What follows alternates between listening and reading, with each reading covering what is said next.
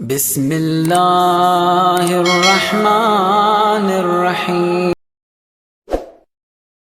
اور آپ کیسے ڈیفائن کریں گے کہ میں پروردگار تجھ سے محبت کرتا ہوں؟ اور محبت کہاں دکھائیں؟ کہیں تو شو تو کرنی ہے نا۔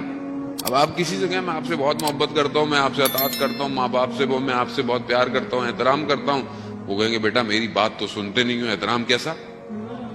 میری بات تو سنتے نہیں ہو، پھر احترام کیسا؟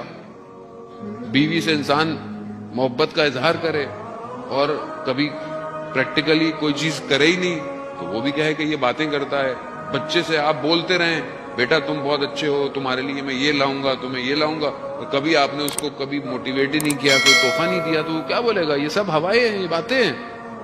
خود پروردگار بھی عمل مانگ رہا ہے کہ بھائی تم اتنے دعوے دار ہو کہ تم میرے علاوہ کسی کو مالک نہیں مانتے اپنا اور اپنے آپ کو میرا بندہ مانتے ہو، تو آؤ۔ کیوں منتظر ہوتے ہو کہ کوئی تمہیں خود کہے کہ نماز پڑھی یا نہیں پڑھی؟ کتنی شرمندگی ہو بندے کو، یعنی عاشق کو تو مر جانا چاہیے کہ اگر کوئی یہ کہے اس کو کہ محبوب تمہارا انتظار کر رہا تھا اور تم متوجہ نہیں تھے۔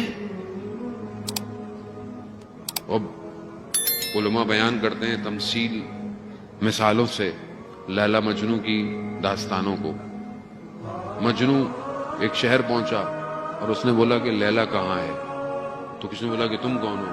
کہا مجنو ہوں۔ کہا تم مجنو ہو اور تم لیلا کا پتہ پوچھ رہے ہو؟ تمہیں تو پتہ ہونا چاہیے، تم کیوں پوچھ رہے ہو؟ تو مجنو نہیں ہو۔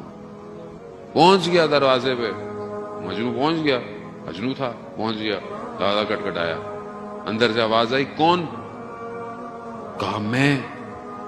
پھر آواز آئی ابھی تک میں ہی ہو،